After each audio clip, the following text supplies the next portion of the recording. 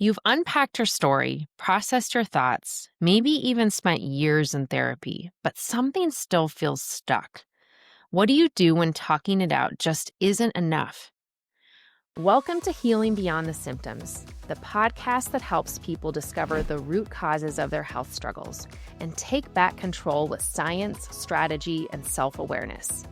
I'm Dr. Leah Hahn, a chiropractor and functional wellness doctor who believes that true healing starts beneath the surface. So let's dive in. We all know that therapy can be powerful. It helps us understand patterns, shift mindsets, and process emotions. Many people in my practice have done therapy and gained incredible insights, but they still feel the tension, anxiety, or fatigue in their bodies. That's not failure. It's a clue that healing needs to go deeper than just words. The mind and the body are inseparable. When therapy hits a wall, it's often because the body hasn't been included in the healing process. You've heard me say this before, but 80% of the information traveling throughout the nervous system is from the body to the brain. Maybe therapy has made incredible gains, but if the mind isn't able to reach a place of calm, include the body. A calm body equals a calm mind. Stress stored in the nervous system often looks like specific tension patterns that are unique to each individual. So why does the body hold on to trauma and tension? Well, stress is stored in the nervous system, and it often takes on specific tension patterns that are unique to each individual. How do these tension patterns present? We may see tension stored in specific areas of the spine, but it also may look like signs of nervous system dysregulation. Things like jaw clenching, shallow breathing, tight shoulders, panic attacks. Even when you know that you're in safety, the body may not. Donald Epstein, my mentor, says that pain is an incongruency between who you are and the life you're living. We need to get to the root of stress physiology so we can learn who we are at our very core and make choices that honor who we are. Trauma and chronic stress don't just live in our thoughts. They embed in our posture and our breath and our muscle tone. In fact, as a nervous system-based chiropractor, I look at how the shape and the position and the tension and the tone of the structures of your body are an effect of all the things that have happened throughout your life. Meaning, literally, your biography becomes your biology.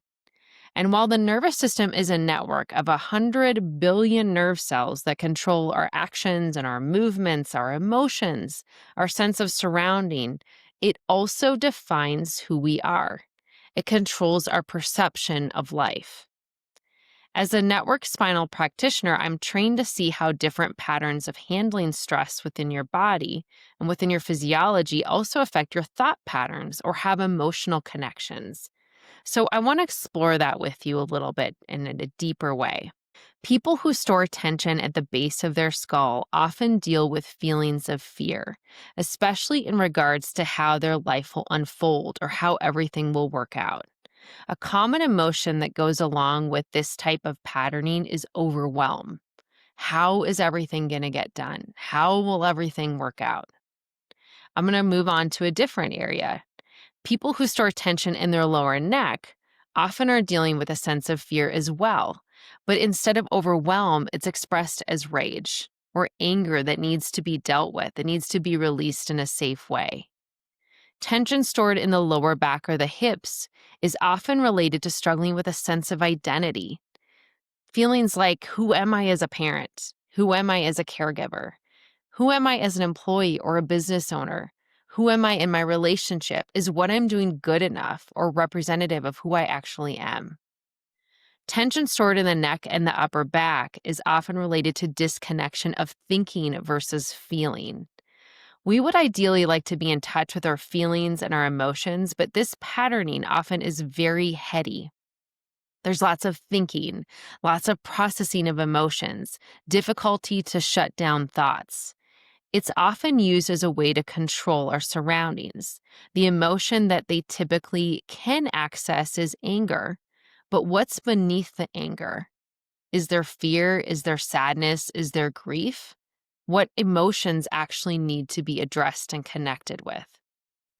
Another pattern that really affects our perspective is when there's a curvature of the spine.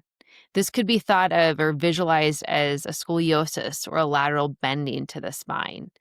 This pattern is one of resignation, kind of the thought process of everything will always be this way. Why do I try to create change when things will just stay the same?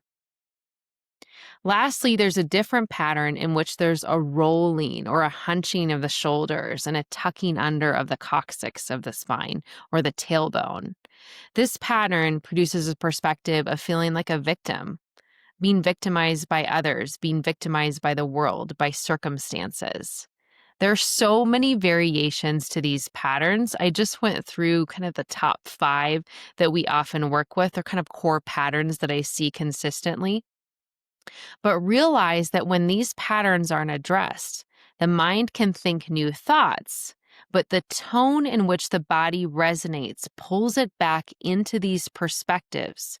So remember, a calm body equals a calm mind. When these patterns aren't addressed, the mind can think new thoughts, but the tone in which the body resonates pulls it back into these perspectives. If we want to shift our true perspective, our true outlook in life, we need to shift the patterning of the nervous system. We need new access to new information. And remember, a calm body will equal a calm mind. Another piece in how Network Spinal can actually address trauma and address issues that therapy is trying to get to is that Network temporarily suspends unconscious, automatic behavior patterns. This teaches the body new ways of dealing with stress that can allow people to work through emotional issues and traumas by learning to release the energy surrounding the trauma, the energy of the trauma without direct confrontation of the issue. This is groundbreaking and it leads to patients having a deeper sense of self, being more in touch with their needs, as well as encouraging them to make better lifestyle choices. Another way in which Network really helps people address trauma is that it temporarily suspends unconscious and automatic behavior patterns. It teaches the body new ways of dealing with stress that can allow people to work through emotional issues and traumas by learning to release the energy of the trauma without direct confrontation of the issue. This means that sometimes people don't want to talk more about the trauma, but they can actually release the energy related to the trauma in a way that their body still feels safe. This safety allows the body to go into healing mode, again, without really having to talk much about the actual trauma. This is groundbreaking, and it's led to patients having a deeper sense of self, being more in touch with their needs, as well as encouraging them to make better lifestyle choices. The ultimate goal with network care is to create adaptability with any of these patterns.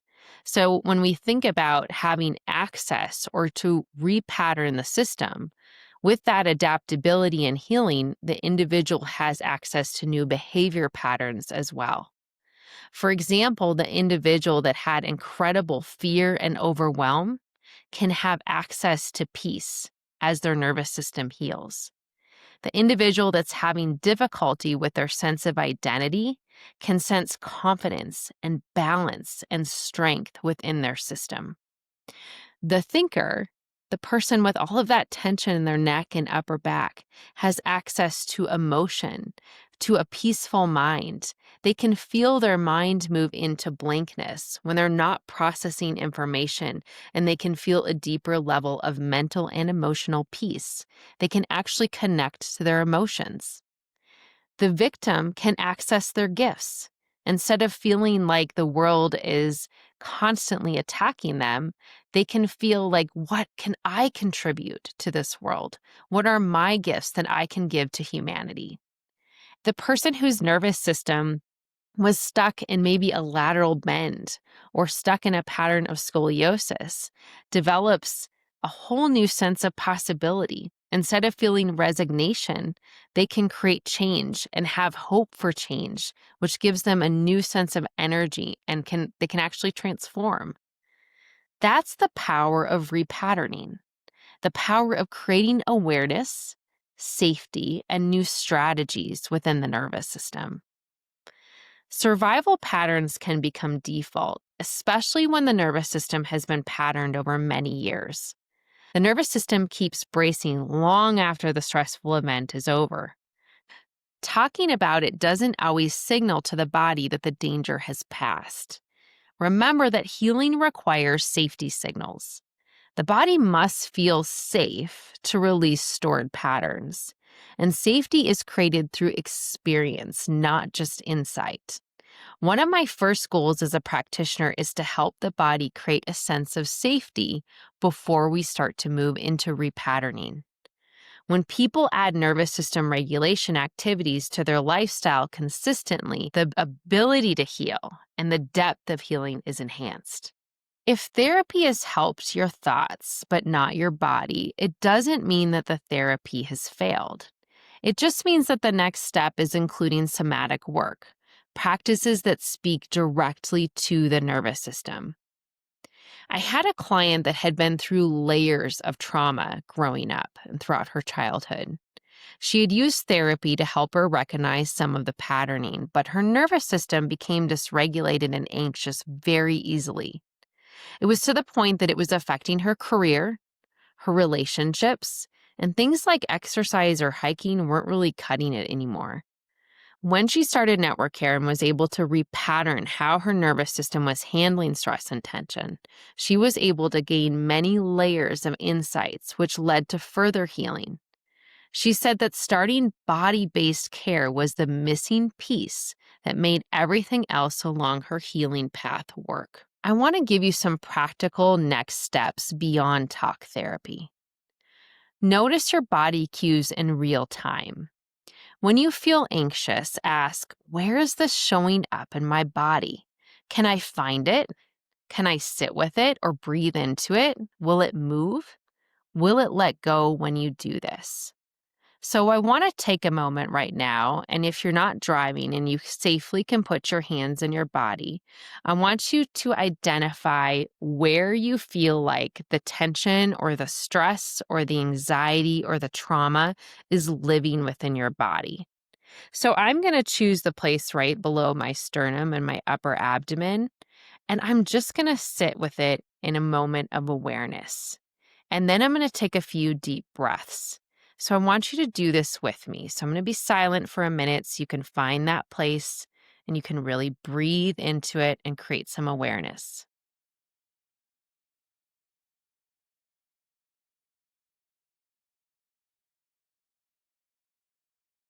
Ideally, I would have you do that for a few minutes at least. But when you do that and you acknowledge that place and you accept how maybe that trauma or memories or stress, that place where it's living, when you actually accept what's there, will it move? Will it find a new home, maybe somewhere outside your body? Will it let go? Most of the time, clients will say that they can feel an energetic shift happen within their body when they pay attention and accept that area. I want you to make sure you're adding somatic soothers into your routine. Gentle breath work, which we've talked about many times before in past episodes, gentle movement or grounding touch, like a hand on your chest or your upper abdomen, all of those things signal safety to the body. And I want you to start to combine your mind and your body approaches.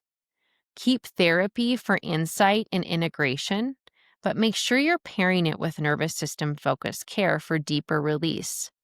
On a daily basis, can you use journaling as a tool to help your mind dump whatever stresses are onto the paper? But then you can integrate that with some breath work after doing the journaling. There are excellent ways that you can integrate both the mind and the body into your nervous system based practices and explore gentle nervous system based care. Network Spinal works directly with the spine and nervous system to help your body reorganize stress and finally let go of old holding patterns. Consistent nervous system based care is like staying connected to the best version of yourself, that version of you that you can tap into higher thinking, creativity, well being, and peace. All of this gives us the ability to be adaptable. And when we're adaptable and resilient, we can transform. Talk therapy is helpful. It can be powerful, but it's not as powerful as it could be when the body is left out. When therapy hits a wall, it's a sign that your nervous system needs to join the conversation. By combining mind and body approaches, you create a pathway that leads to transformation. Thanks for joining me today on Healing Beyond the Symptoms. If you've ever thought, I've done the work, so why do I feel stuck? Remember, it's not because you've failed. It's because your body is waiting to be included. To learn more, download my free resource at Body in Balance Chiropractic or book a consultation at bodyinbalancechiropractic.com. And for daily tools and insights, connect with me on Instagram at Body in Balance Wellness Center. Until next time, if you liked today's episode, make sure you subscribe and make sure you hit the like button. Also, if you feel like this information could help people that you know, please share this episode with a friend or family member or coworker. And for daily tools and insights, make sure to connect with me on Instagram at Body in Balance Wellness Center. Until next time, breathe deep, listen in, and know that your healing journey isn't over. It's just ready for the next layer. Thanks again for joining me today on Healing Beyond the Symptoms. If you've been curious about Network Spinal, or if you've tried everything else and still feel stuck, I want you to know this. Your body is not broken. It's patterned, and those patterns can change. If you're ready to experience how gentle care can lead to profound transformation, I'd love to invite you to book a wellness consultation at bodyinbalancechiropractic.com. Together, we'll look at what your body needs to finally release, reset, and thrive. Until next time, breathe deep, trust your body, and remember, gentle can be powerful.